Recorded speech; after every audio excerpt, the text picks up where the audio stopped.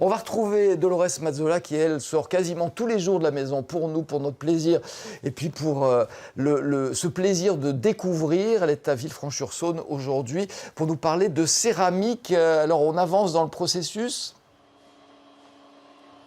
Alors, on avance dans le processus, Alain, mais surtout ici, on est dans une autre partie de l'atelier où on fait un type différent de produit, n'est-ce pas Jean-Philippe? Alors, différent, parce que déjà, c'est une argile différente. C'est une terre qui va être blanche une fois qu'elle sera cuite. C'est une terre qui, cette fois-ci, arrive en pain, prêt à être travaillée. C'est ça. Voilà, c'est une argile qui est très malléable à la base aussi, ouais. Et qui est une pâte faïence blanche. Alors, dans le même procédé que la partie d'à côté, on incorpore l'argile dans l'extrudeuse qui est en haut. Oui. Parce que la machine qui est ici s'appelle une extrudeuse.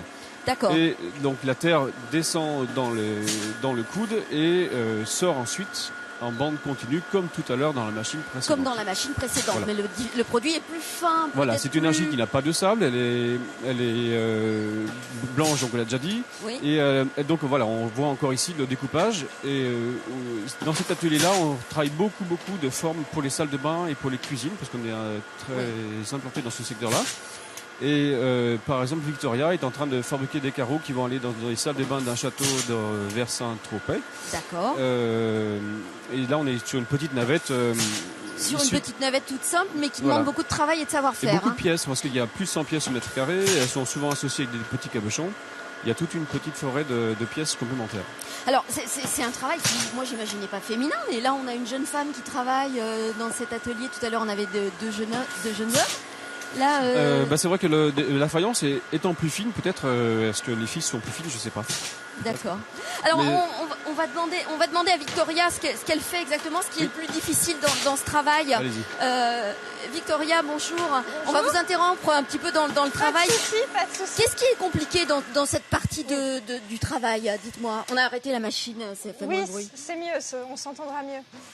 Qu'est-ce qui est compliqué? Le réglage de la machine, en fait, il y a tout un tas de petits ajustements à faire entre la vitesse où on met la terre, la vitesse de la machine elle-même. Et après, ça dépend aussi des formes de pièces. Il y a certaines pièces qui sont plus compliquées à fabriquer.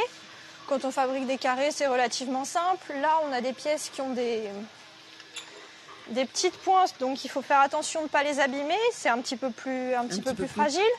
Et puis on a d'autres types de pièces qui sortent en fait avec un système un petit peu différent, une filière. Et donc ils peuvent avoir des soucis de torsion. Donc c'est pas mal de doigté pour... Il faut quand même être habile. Voilà, on va dire. c'est ça. Alors moi je vois cette couleur un peu grise. Il va conserver cette couleur? Absolument pas. En fait, une fois qu'ils seront fabriqués, là ils vont être sur les chariots pour le séchage. Donc là après je leur fais une finition à l'eau. Simplement voilà, un petit coup de rouleau comme ça pour humidifier. Et après, je passe la main pour enlever toutes les petites traces que la machine pourrait laisser. Alors, on parlait de travail à la main. Les petits défauts, les petites imperfections. D'accord. Et ensuite, le séchage, ça prend combien de temps? Ça dépend vraiment de la température. En hiver, ça peut prendre une semaine et demie. En été, en 3-4 jours, c'est sec. Et après, donc ça va... Oui, j'ai un peu fermé en haut. Ça va dans le four. Après, les pièces vont aller... Allez-y. Il fait plus chaud tout d'un coup. Dans le four.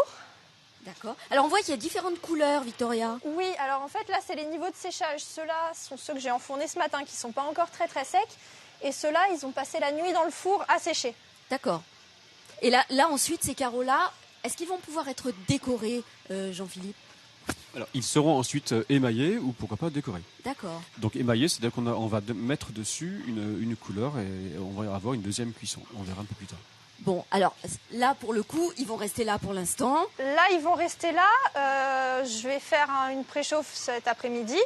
Le four partira ce soir et lundi, les biscuits seront cuits après être passés à 1100 degrés. Vous avez dit le mot biscuit. Alors là, je suis intéressée. Expliquez-moi biscuit. Alors, ce sont des biscuits qui ne se mangent pas. Voilà. Mais donc, c'est la matière première après sur laquelle les filles vont travailler à l'émaillage ou à la décoration. Donc, la terre va devenir très dure et elle va devenir complètement blanche surtout. Ah.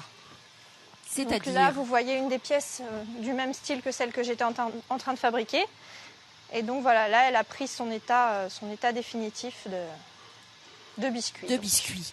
Oui, parce que pour moi, Biscuit parce que 2 cuissons, donc 2 cuissons. bicuit. Bicuit. Alors oui, on n'est pas du tout dans la pâtisserie là. C'est pour ça, le coup. non. Là, c'est la première cuisson et après, il y aura une seconde cuisson une fois que ce sera émaillé.